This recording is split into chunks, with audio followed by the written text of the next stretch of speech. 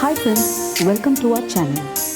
இன்னைக்கு நம்ம பார்க்க போகிறது பார்ட்ஸ் ஆஃப் ஸ்பீச்சில் வேறொரு டாபிக் கன்ஜங்ஷன்ஸ்.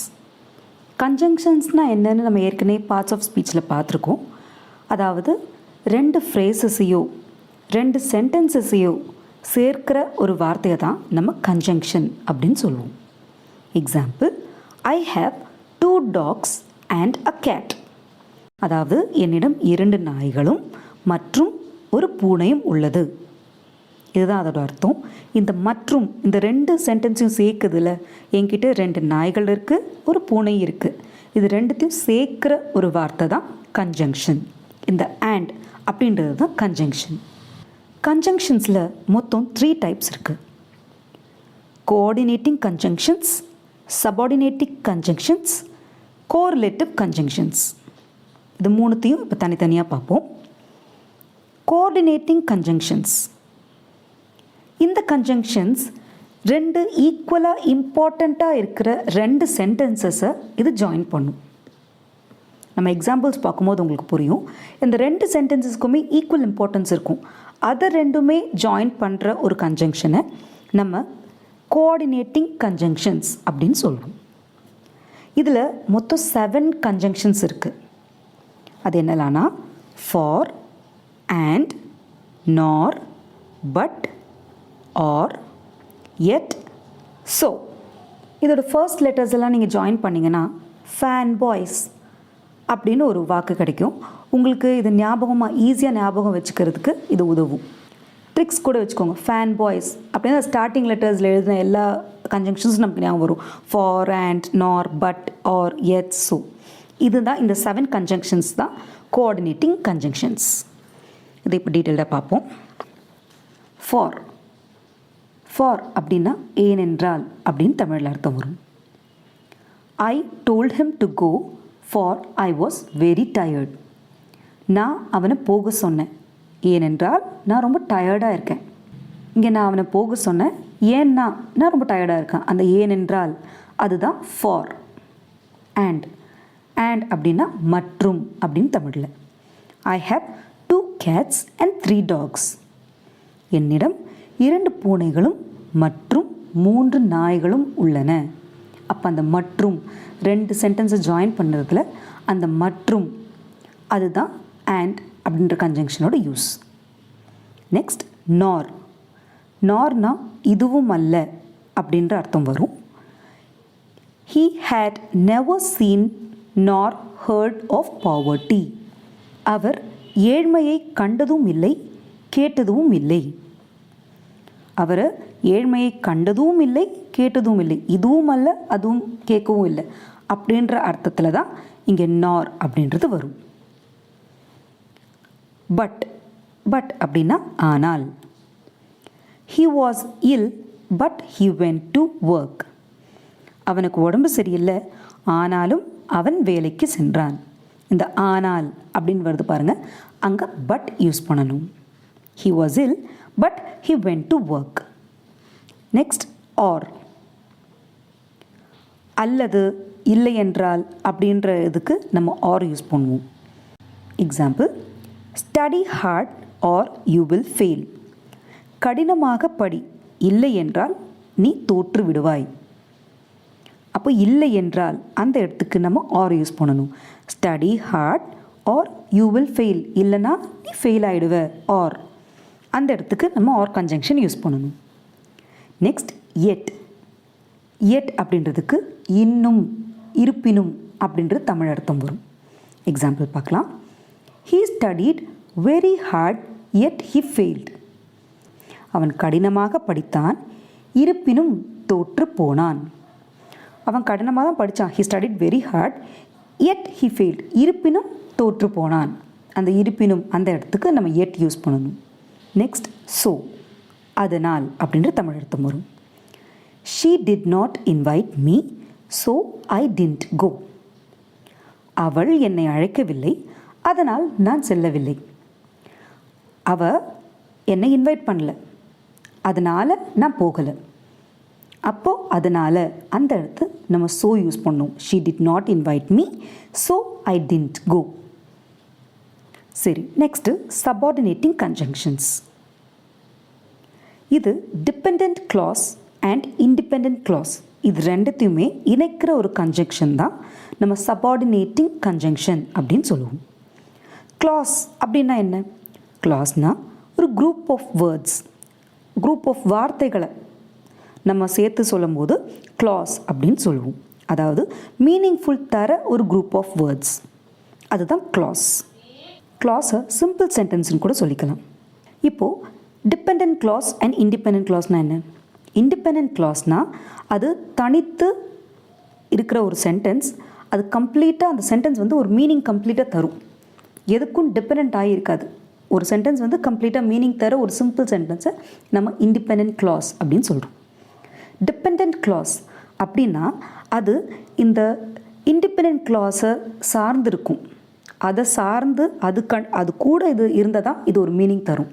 இது தனியாக ஒரு குரூப் ஆஃப் வேர்ட்ஸாக தான் இருக்கும். ஆனால் இந்த இண்டிபெண்ட் கிளாஸோடு சேர்ந்தால் மட்டுமே அதுக்கு மீனிங் கிடைக்கும். அப்படின்றது தான் நம்ம டிபெண்ட் கிளாஸ் அப்படின்னு சொல்கிறோம். இந்த depend clause and independent clause இதை இணைக்கிற ஒரு கன்ஜங்ஷன்ஸு நம்ம சபார்டினேட்டிங் கன்ஜங்ஷன் அப்படின்னு சொல்கிறோம். இது நிறையவே இருக்குது. இதில் கொஞ்சம் எக்ஸாம்பிள்ஸ் மட்டும் நம்ம பார்ப்போம். ஆல்தோ அப்படின்றது வந்து என்றாலும் இருந்தாலும் அப்படின்ற தமிழ் அர்த்தம் வரும். Example, they didn't go to the party although they were invited.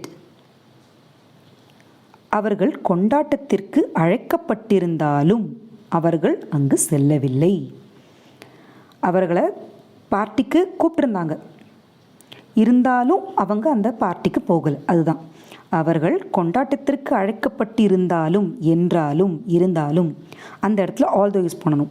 Although they were invited, they didn't go to the party because அப்படின்னா ஏனெனில், ஏனென்றால் அந்த மாதிரி தமிழ் அர்த்தம் வரும்.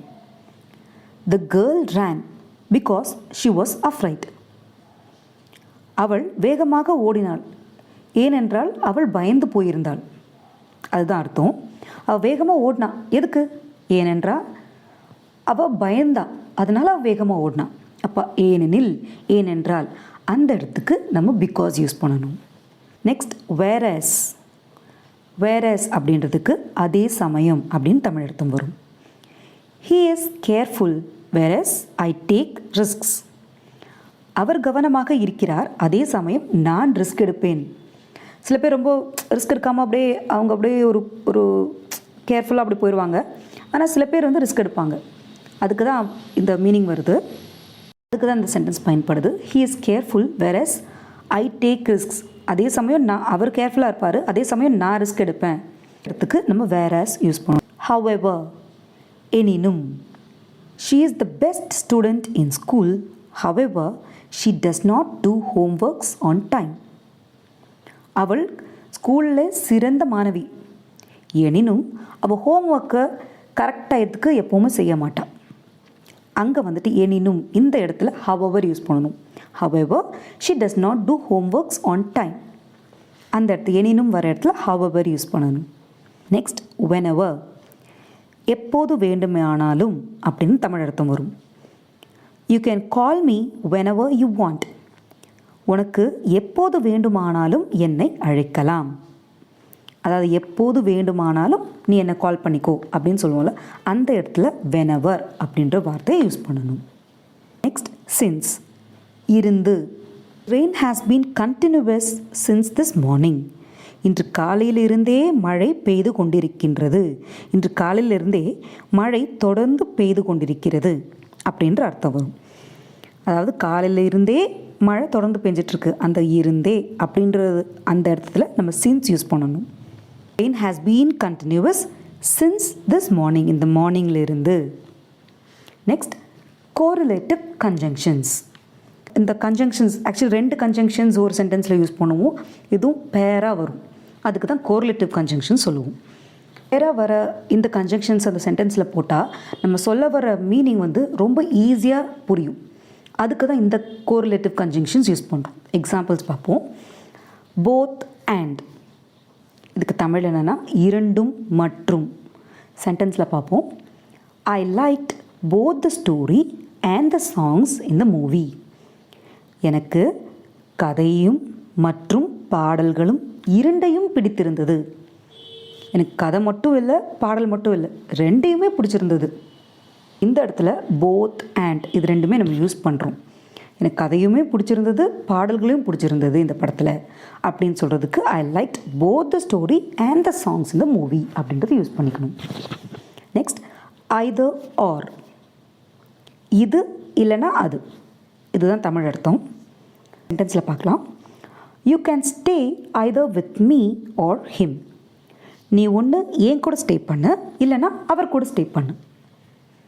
ஒன்று ஏன் கூட ஸ்டே பண்ணும், இல்லைனா அவர் கூட. அப்படின்னா ஒன்று ஏன் கூட, இல்லைனா அவர் கூட. இது அல்லது அது அப்படி. அந்த மாதிரி இடத்திற்கு either or இது யூஸ் பண்ணணும். You can stay either with me or him. Next neither nor.